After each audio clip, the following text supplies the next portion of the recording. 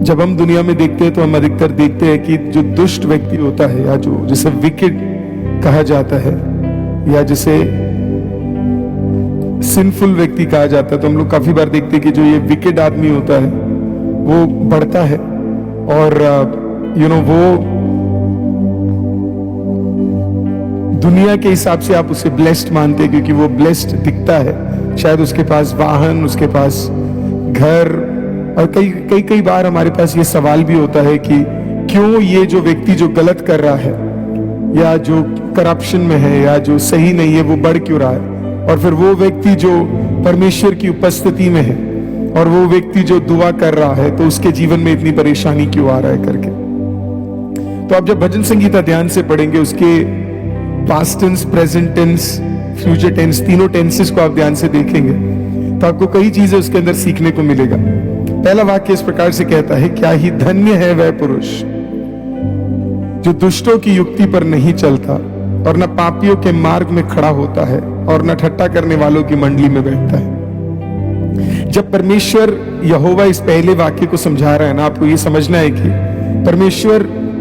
जब परमेश्वर इसके अंदर धन्य व्यक्ति के बारे में बात कर रहा है तो वो सिर्फ एक धन्य व्यक्ति के बारे में क्वालिटी नहीं बता रहा है, वो खुदावंद अपनी क्वालिटी को बता रहा है।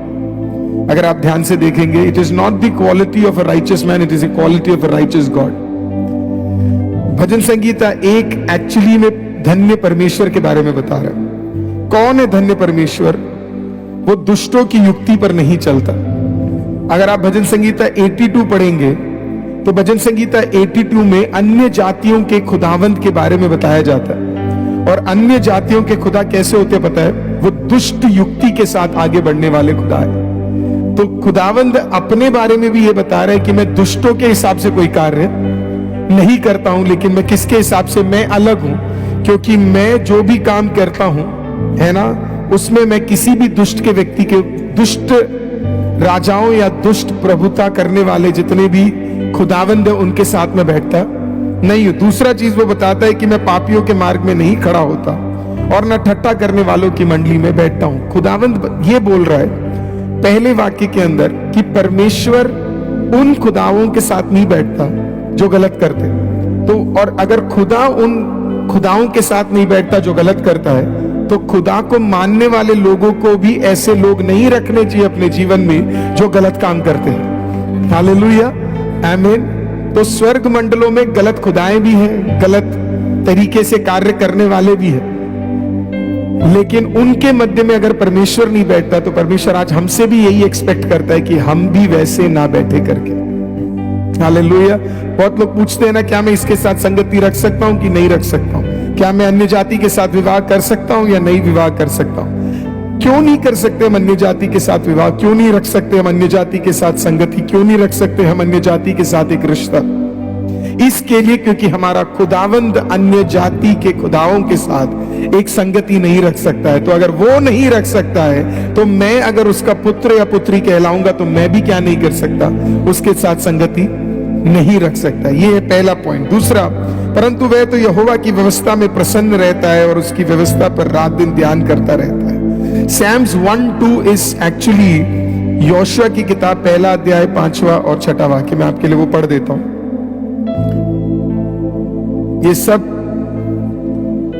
रिकोट किए गए हैं। जब भजन संगीता लिखा जा रहा था तो उसके अंदर से रिकोटेशन था, तो एक बार वो भी पढ़ लेते हैं।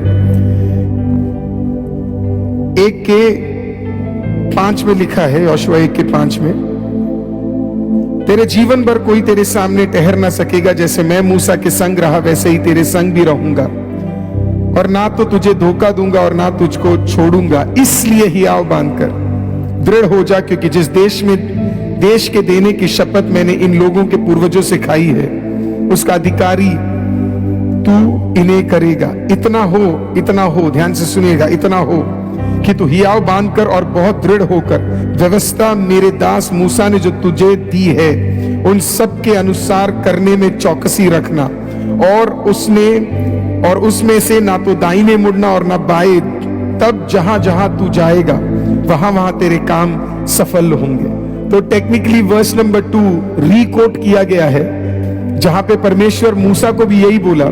जब सीनाई पर्वत पर जब परमेश्वर ने उसे 10 आज्ञाओं को दिया तो परमेश्वर मूसा से सिर्फ इतना ही चाहता था कि इस 10 आज्ञाओं का उल्लंघन ना करे। अगर हमारे जीवनों में हमें देखना है कि कई 10 आज्ञाओं का उल्लंघन करने की वजह से तो मेरे जीवन में कोई दिक्कत तो नहीं आ रही। हम बहुत सारे डिलीवरेंस सर्विस में, हीलिंग सर्विस में, छुटकारों के सभाओं में जाते हैं। कभी कभी हमारे जीवन में आने वाली दिक्कत शैतान की ओर से नहीं है। कभी कभी हमारे जीवन में आने वाली दिक्कत इसके लिए क्योंकि हम 10 आज्ञाओं का पालन नहीं करते। इसी के लिए लिखा, परंतु वह तो यहोवा की व्यवस्था में प्रसन्न रहता है और उसकी व्यवस्था पर रात दिन ध्यान करता है ना। That person who believes in God meditates in the Lord day and night।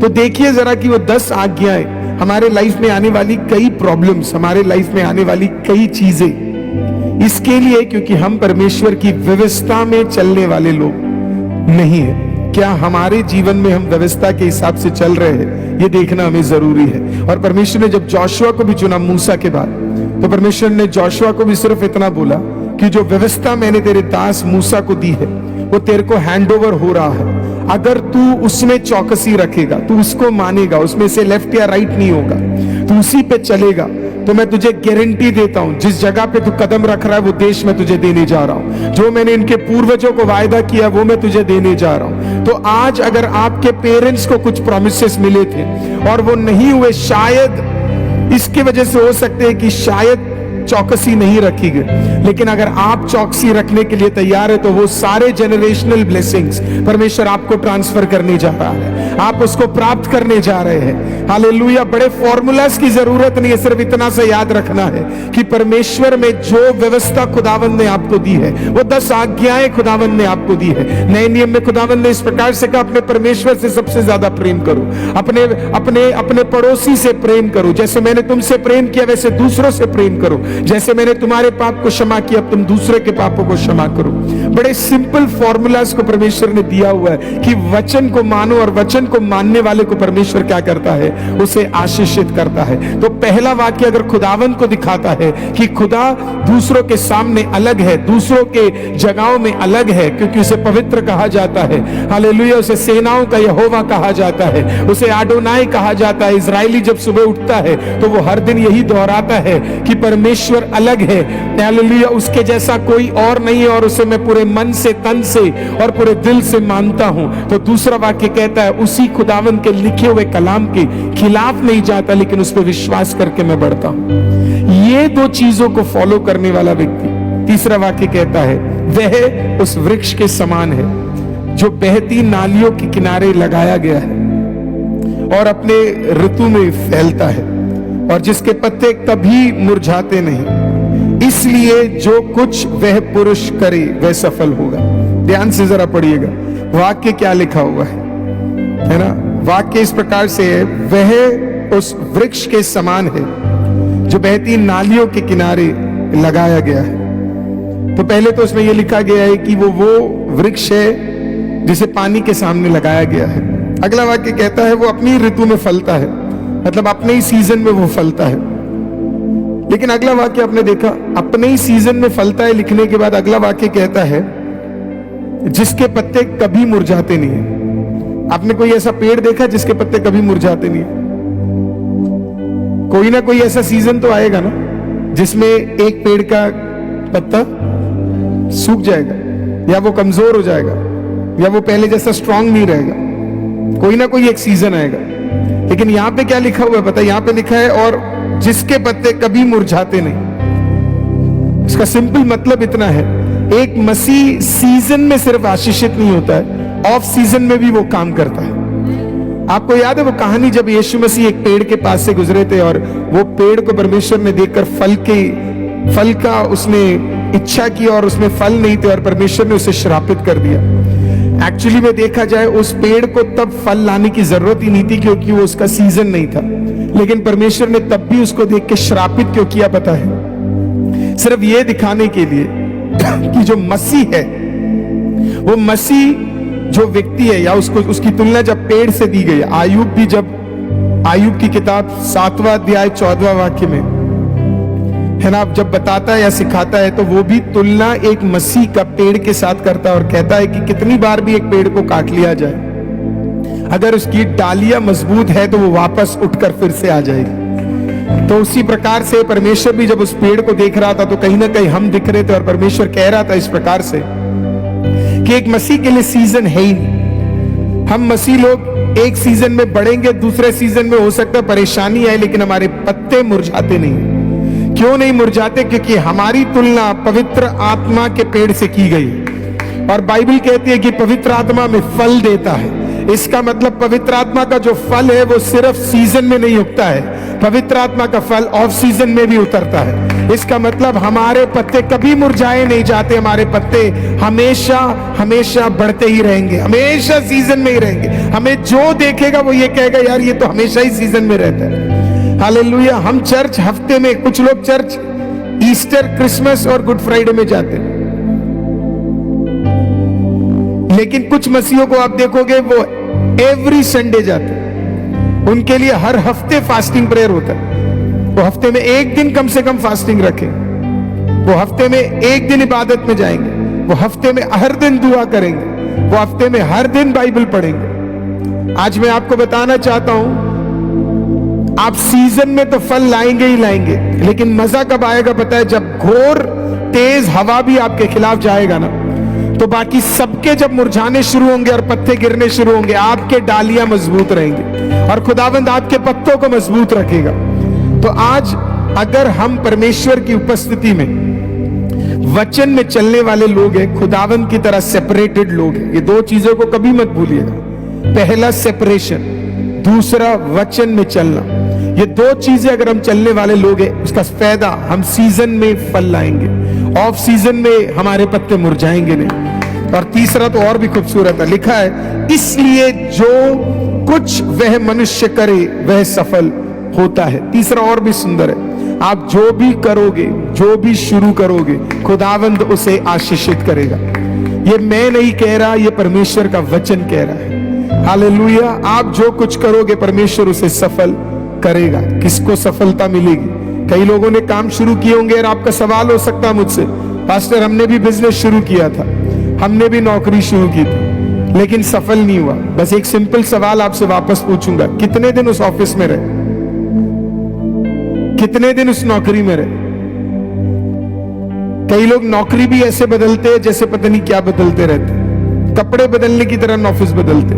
2 महीने यहां नौकरी कर ली, 4 महीने वहां पे कर लिया, 3 महीने यहां पे कर लिया, और फिर जिस ऑफिस में आप जाते हो उसी की अगर आपने बुराई करी है, आपको कभी जिंदगी में आशीष नहीं मिलेगा। क्योंकि अगर खुदा ने तेरे लिए एक ऑफिस का रास्ता खोला है और एक नौकरी का रास्ता खुला है, तो एक मसीह होने के नाते उसको बुरा नहीं बोलना है, उसको भला बोलकर आपको कहना है कि इसी में से मेरा भलाई का स्रोत आने वाला है करके।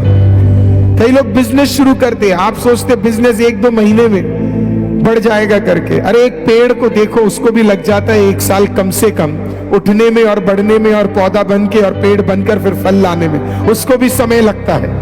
आपने कुछ खुदा के नाम पे शुरू किया है तो भरोसा तो रखिए कि परमेश्वर बढ़ाएगा करके। उस पे टिके तो रहिए, उस पे पानी तो डालिए, उस पे खाद तो डालिए, उस पे प्रार्थना तो कीजिए, उस पे दुआ तो करिए, परमेश्वर उसे बढ़ाएगा। अब जरा मुड़कर वापस देखिए, क्या ये 3 चीजें हमारे लाइफ में है कि नहीं? आसान है, बड़ा जल्दी होता है। तो मैंने कितने लोगों को देखा परमेश्वर पे जल्दी दोष लगा देते, बड़ी जल्दी टाइम मिलता है, परमेश्वर ने मेरे साथ ये कर दिया करके। अरे सच में आप जरा देखो, परमेश्वर ने किया है कि आपने खुद किया है? इजराइल के ऊपर आने वाली विपत्ति खुदावंद की ओर से नहीं थी, पर उनके पाप करे गए इस प्रकार से थे जिसके वजह से विपत्ति आ गई। एक जगह पे तो खुदा कहता है मैंने तुम्हें बनाया, मुझे बड़ा दुख होता है कि मैंने तुम्हें बनाया करके, क्योंकि कितने मौके मैंने तुम्हें दे दिए, पर मुझे दुख होता है कि मैंने तुम्हें बनाया करके। तो ये आसान है कहना कि परमेश्वर ने मेरे साथ बुरा किया। सच्ची में उसने आपके साथ बुरा किया? या फिर जरा ध्यान से देखिए, इतनी गलतियों के बावजूद भी परमेश्वर की करुणा क्या आपकी और मेरे साथ नहीं थी? क्या हम परमेश्वर से भटक नहीं गए और तब भी परमेश्वर हमारे साथ टिका रहा? तो इसके लिए 3 चीजें मत भूलिएगा। पहला सेपरेशन, खुदा अलग है तो मसीह अलग है। दूसरा व्यवस्था, व्यवस्था के खिलाफ कोई काम को नहीं करना है। हालेलुया। ये कार्य करने वाला व्यक्ति क्या है? उस पेड़ के समान है जो सीजन में बढ़ेगा। आपके लाइफ में ऐसे सीजन आएंगे जहां पे परमेश्वर एक झटके में आपको उठाएगा। आप फुलफिल्ड फील करेंगे, आप ब्लेस्ड फील करेंगे, नए कार्य आपके लिए होंगे। ऐसे सीजन भी आएंगे जो थोड़े टफ होंगे, लेकिन आप मुरझाएंगे नहीं। आप उस सीजन में भी आप रौनक लाएंगे। और फिर एक ऐसा सीजन आपका आएगा जहां हाथ लगाओगे वहां भलाई होगा। हालेलुया। जहां कदम रखोगे वहां आशीषित होगा। और फिर आप भी यहोशू की तरह कह पाएंगे, मैं और मेरा घराना परमेश्वर आप ही की ही सेवा करेगा। कालेब की तरह 80 साल की उम्र में 40 साल का बल आप प्राप्त करोगे। हालेलुया। वो पहाड़ परमेश्वर आपकी ओर लिख कर दे देगा। हालेलुया। जो किसी को नहीं दिया वो आपको लिख कर दे देगा।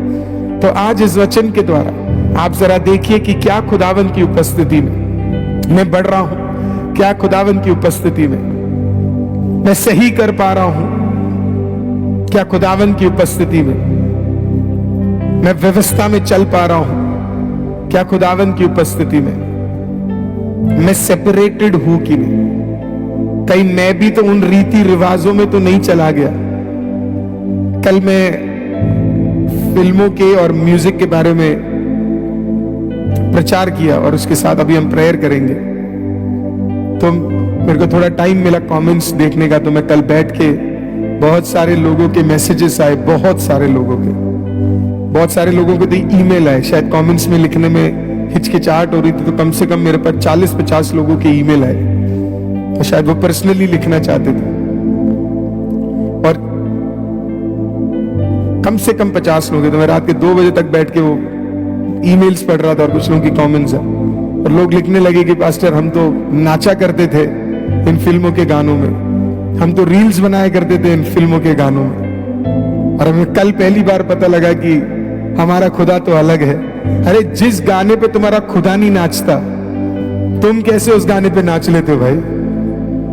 सोचो जरा कि तुम्हारा खुदा कल को गाने लगे और बोलने लगे कबूतर आ कबूतर जा, कितना अजीब लगेगा आपको सुनने में कि आपका खुदा कह रहा है आप कबूतर आ कबूतर जा।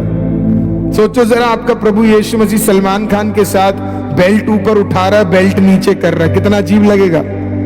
तो जो खुदा नहीं करता वो आप नहीं कर सकते। जो खुदा के लिए गलत है वो आपके लिए भी गलत है, क्योंकि परमेश्वर का वचन इस प्रकार से कहता है, क्या तुम नहीं जानते तुम परमेश्वर के मंदिर और परमेश्वर की आत्मा तुम पर वास करती है। तो इसके लिए प्रियो आप भी देखिए, कभी कभी हमारे ऊपर आने वाली विपत्तियां खुदावंद की ओर से नहीं है, बल्कि वो विपत्तियां हैं जो हम खुद लेकर आते हैं। खुदावंद में चलना इतना मुश्किल नहीं है, मैं तो कहता हूं बड़ा आसान है। बस सेपरेशंस जान जाओ, खुदा कौन है और दूसरा कौन है करके।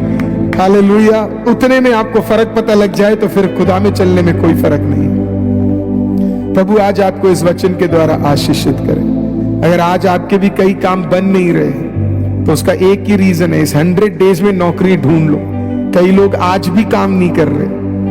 मैं भी अपने चर्च में कुछ लोगों को बोल बोल के थक जाता हूं, कर लो भाई नौकरी, कर लो भाई नौकरी।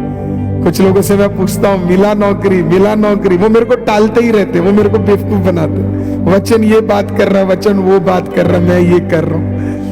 मैं सुन के मैं अंदर से मुझे दुख भी होता है कि शैतान कैसे लोगों को भटकाता है करके। तेरे हाथों में एक भलाई है, बड़ा ब्लेसिंग है मसीह लोगों आपके हाथों में। और समझना आपका हाथ लेने के लिए नहीं, आपका हाथ ब्लेस करने के लिए। तो आज अगर मुझे आप सुन रहे हो, मेरी विनती को समझो, मत बैठो घरों के अंदर और मत बेकार करो अपना समय।